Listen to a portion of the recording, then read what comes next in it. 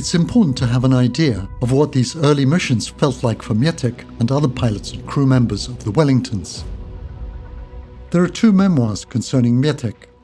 One is an account Mietek left us 25 years after his participation in the 1,000 bomber raid over Cologne on the 30th of May 1942. Another is a memoir by Henryk Kwiatkowski about his mission over Aachen on the 5th of October 1942. I will start with a very free translation of Mietek's own words. At the morning briefing, we learned that the group was putting our squadrons on alert for that night, and that we were to spare no effort. So work on the ground began feverishly. The aircraft were inspected from nose to tail. Ground crew verified that enough fuel was loaded to cover a possible extended emergency landing. Machine guns were serviced and checked. Bombs were carefully mounted, some with personal messages to Hitler. The radios were checked to verify that they were functioning properly. After dinner, the operations room was crowded and noisy. Everyone wanted to guess what was behind the curtains covering the wall on the stage. Finally, the station commander entered, followed by various officers and staff, intelligence, the navigations officer, signals, meteorologist, and others. There was complete silence when intelligence began his sacred ritual. "Gentlemen, your target for tonight is Cologne." And at the same time he opened the curtains, revealing the destination and the route marked with ribbons pinned on a map of Europe. But it was his next words that electrified everybody present. "More than 1,000 planes are taking part." Everyone started talking. Somebody shouted, "Hurrah!" Many started clapping, and there was an uproar as had never happened before. Intelligence had to bang the table with a billiard cue for a long time before silence was regained, and he could provide all the details of the flight. After all the other officers had given their briefings, we finally heard the final, "Any questions?" We were surprised that someone got up. "Yes?" asked Intelligence. "Will we get rum when we get back?" The room burst into laughter. "Of course there'll be rum, and the best pre-war kind. You'll even get a second shot if you're that dry." After an operational breakfast of 2 eggs and 2 slices of bacon, we set off for the hangars.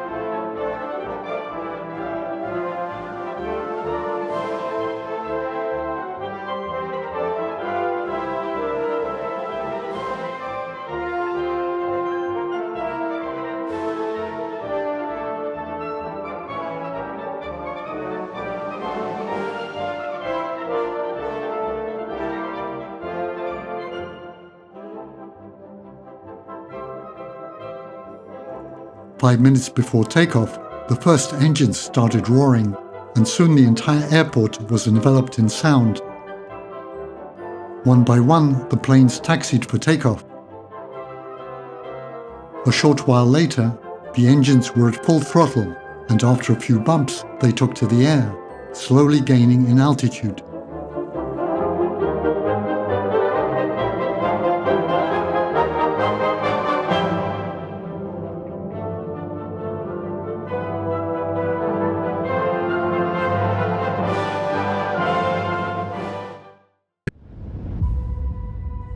Unlike 3 or 5 squadrons' earlier missions that had targeted military objectives such as oil tanks, armaments production in the Ruhr, and naval vessels, Cologne was a city with civilians. Here we should step back for a moment to examine how the British strategic objectives developed over the course of the war, and the role played by the Cologne 1000 bomber mission. In 1939, at the very outset of the war, the British had stipulated that they would confine their bombing to strictly military objectives. This was in spite of the bombardment of Warsaw by the Luftwaffe during the German invasion of Poland. As the war progressed, each side was to incrementally broaden the scope of their target selection. In the early stages of the war, there were sporadic daylight attacks which had limited effectiveness due to poor navigation and inadequate bomb sight capabilities. Also, German fighters inflicted heavy losses, and because of this, Bomber Command resorted to nighttime raids. However, this further challenged bombing accuracy. On the night of the 25th of August 1940, 95 British aircraft set out to bomb Berlin's Tempelhof Airport. Winston Churchill later cited the sporadic earlier bombing of London as his moral justification for this mission. The bombs dropped that August night were a shock to the German people who up to that time had believed that an attack on Berlin was impossible. British bombers made 5 minor raids on the German capital in 11 days. They did little real damage, but Adolf Hitler was incensed. On September the 4th, he made a furious speech calling the RAF night gangsters and vowing revenge. Hitler insisted that the Luftwaffe reply at once to the British raids on his capital by bombing London. What followed was Germany's blitz on London, which began September 7, 1940. London was systematically bombed for 56 days and nights. This included a raid on the 29th of December 1940, which resulted in a firestorm dubbed the Second Great Fire of London.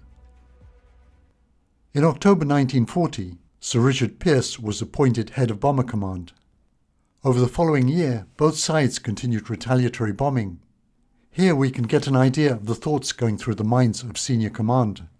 The Butt Report, circulated in August 1941, found that in 1940 and 1941, only 1 in 3 attacking aircraft got within 5 miles of their target. A British Air Staff document in September 1941 advocated for a policy of instilling widespread destruction and fear of death. On the 7th of November 1941, the RAF dispatched over 160 bombers on a raid over Berlin. The Germans had improved their Würzburg radar system. 21 planes were shot down or crashed, and again little damage was done due to bad weather. This failure led to the dismissal of Pearse and finally to the appointment of Arthur Bomber Harris as Commander-in-Chief of Bomber Command in February 1942. A few weeks later, Sir Arthur Harris arrived to take command. I'd served him off and on for 20 years or more, and I knew him to be a great commander and a real tiger.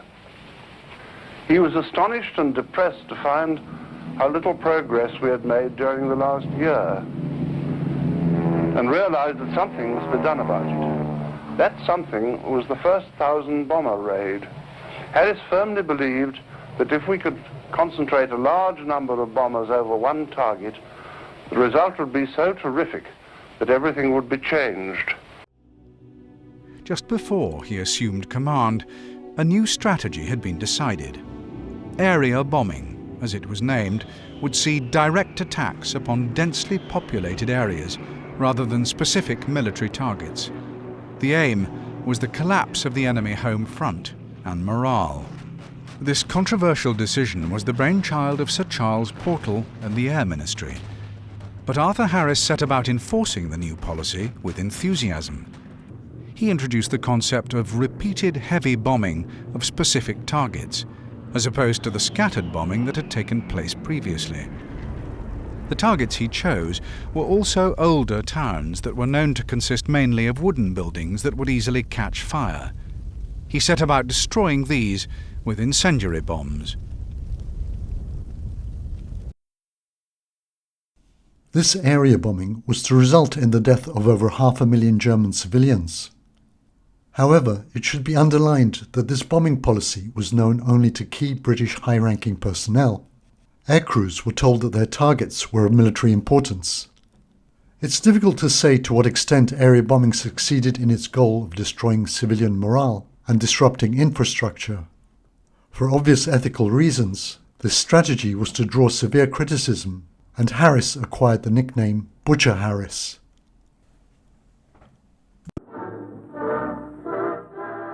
Now let's get back to the crews of 305 Squadron, who had just taken off for Cologne. Wellington G for George 8687 took off on the evening of the 30th of May 1942, captained by Mietek, with a crew consisting of Sergeant Drobny, Flying Officer Kubieniec, Sergeant Kratochwil, Sergeant Klisiewicz, and Flight Lieutenant Rudowski. Unlike the pilot, co-pilot and navigator, who were busy throughout the flight, the gunners had long periods of boredom interspersed with intense action. Here is one reminiscence. The majority of the lads that sat in tail turrets were, many of them, only in their late teens. I suppose the vast majority had joined the Air Force expecting to see exciting action, and it must have been, indeed I know it was a pretty horrifying awakening for them to find that they were in fact destined to sit in turrets, very cold, very frightened, very lonely, sometimes for 6, 7 and 8 hours on end. The crews would be encountering many difficulties, not least of which was the weather. Although missions would usually wait for good meteorological conditions, there were also surprises, as this memoir by Henryk Kwiatkowski informs us. On the 5th of October, as a young pilot, I flew a bombing mission with the deputy commander of A Squadron, Captain Jonicus. Our mission was Aachen, a town in Germany close to the Belgian-Dutch border. The takeoff was perfect, which didn't surprise me, because Captain Jonicus had been an accomplished commercial pilot with LOT before the war, and was now just a few flights short of completing his combat tour. But then bad luck struck. We hit stormy weather. Suddenly there was a very bright flash and a bang. It turned out that we'd been struck by lightning, and our radio transmitter stopped functioning. Although this was reason enough to turn back, Jonicus decided he would continue. The pilot was calm, and so was the crew, although everyone realized that in the event of a problem, we would be unable to send an SOS signal.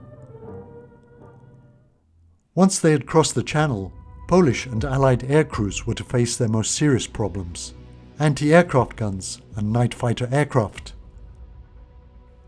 One of the most important technologies used during the war was radar, which evolved considerably during this period and enabled both sides to detect and track incoming aircraft. It was radar that made anti-aircraft guns and night fighters effective. First, the aircraft is picked up in an optical sight and held on the crosshair. The sight keeps tracking it continuously, obtaining its direction and angular height while a stereoscopic rangefinder determines the altitude. At night or in bad weather, the aircraft may be tracked solely by radar. Whether tracked by optical sight or by radar, the information is fed by electric cable to a director. This mechanical quiz kid digests the data and automatically computes the right lead, setting the guns. So they will fire not at where the target is now, but at where it will be at the end of the shell's time of flight. The director will then go on automatically adjusting and setting the guns as long as the planes remain in range. Of course, guns do not fire singly, but in batteries of 4 or 6. Our symbol now represents the heavier fire of a whole battery making a continuous pattern of bursts along the plane's course. Often, several batteries are within range, and all fire with the proper lead, as produced by their own fire control instruments. Each battery maintains predicted fire until it can no longer reach the attacking planes. But new batteries take up the firing as soon as they come within range. As well as the anti-aircraft guns, the Allies had to deal with specialized night-fighting aircraft units. With the integration of radar equipment, these squadrons became more and more effective at intercepting bombers as the war progressed. The two main German fighter planes the Allies had to contend with were the Messerschmitt Bf 109 and the Focke-Wulf 190. Although first introduced in October 1941, the Focke-Wulf first started major engagements in August 1942. It was the Messerschmitt 109 that was to be the Allies' worst enemy during the raid on Cologne in May 1942.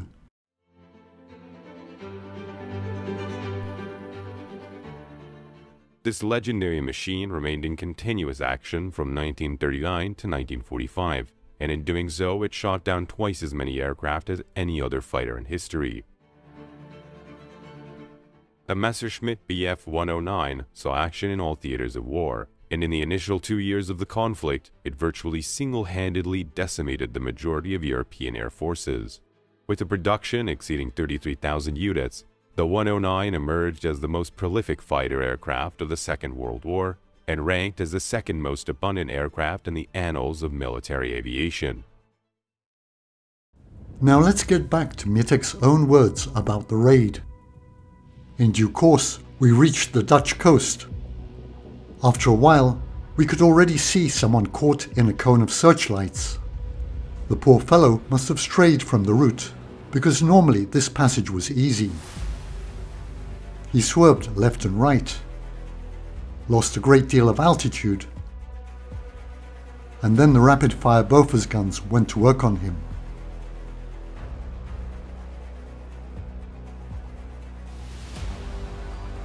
Before long, my front gunner reported that he could already see ahead of us a vast glow.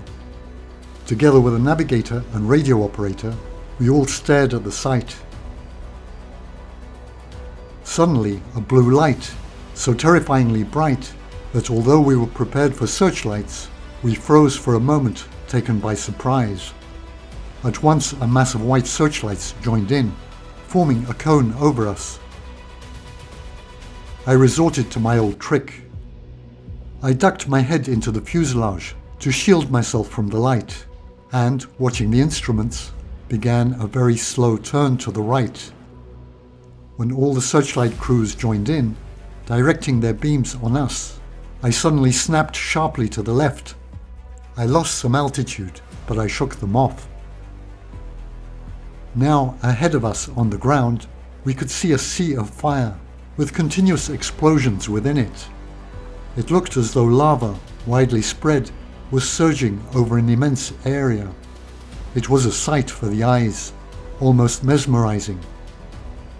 At the same time, it occurred to me that 4-engine bombers were higher up above us and might drop their bombs on our heads. A shiver ran down my spine. Our aircraft was adapted to carry a single special bomb, weighing 4,000 pounds. It had no bomb doors, only a recess in the fuselage, in which 3/4 of the bomb was housed, the remainder protruding outside.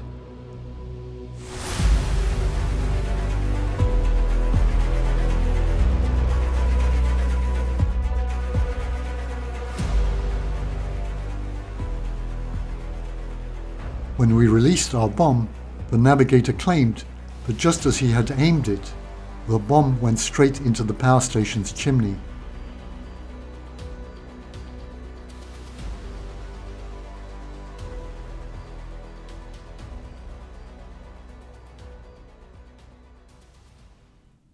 Thanks to his skill and good luck, Mietek managed to bring his aircraft and his crew safely back home. Some others weren't so lucky.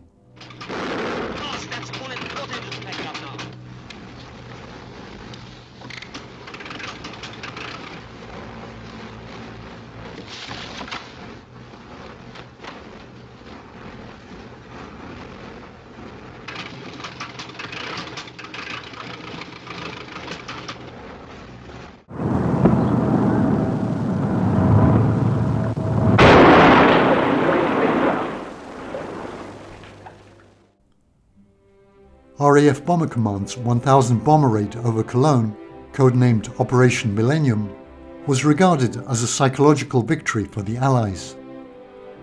The RAF dispatched 1,047 bombers. 41 aircraft were lost, 22 of them over Cologne. As a result of the raid, 13,000 homes and industrial buildings were destroyed, mainly as a result of fire. The only military installation damaged was the Flak Barracks. 500 people were killed, over 5,000 injured, and 2/3 of the city's population were made homeless. The city of Cologne was bombed a total of 262 times during the Second World War, with a total loss of some 20,000 civilians.